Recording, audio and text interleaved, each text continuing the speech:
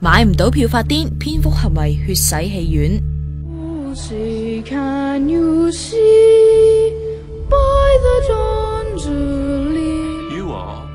對於尋日凌晨喺美國丹佛市郊睇緊蝙蝠俠最終章首映嘅觀眾，暴風雨已經降臨啦。24歲槍手霍爾姆斯喺開場後半粒鐘，突然由緊急出口衝入戲院，投擲煙霧彈，之後又把聲叫大家留意銀幕。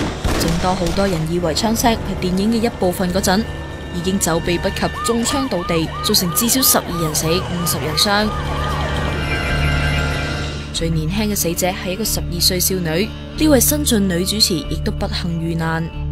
目擊者話，槍聲持續咗至少20分鐘，估計槍手至少開咗50至60槍，子彈甚至射穿牆，連隔離戲院嘅觀眾都中槍。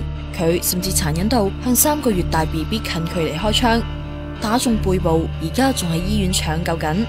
警方好快拉咗6尺高、個碌好似蝙蝠俠奸角嘅槍手，初步估計事件同恐襲無關。有報道話佢因為買唔到呢套戲嘅首映飛而犯難。總統奧巴馬感到震驚同傷痛。法國巴黎亦都取消呢套戲嘅首映禮。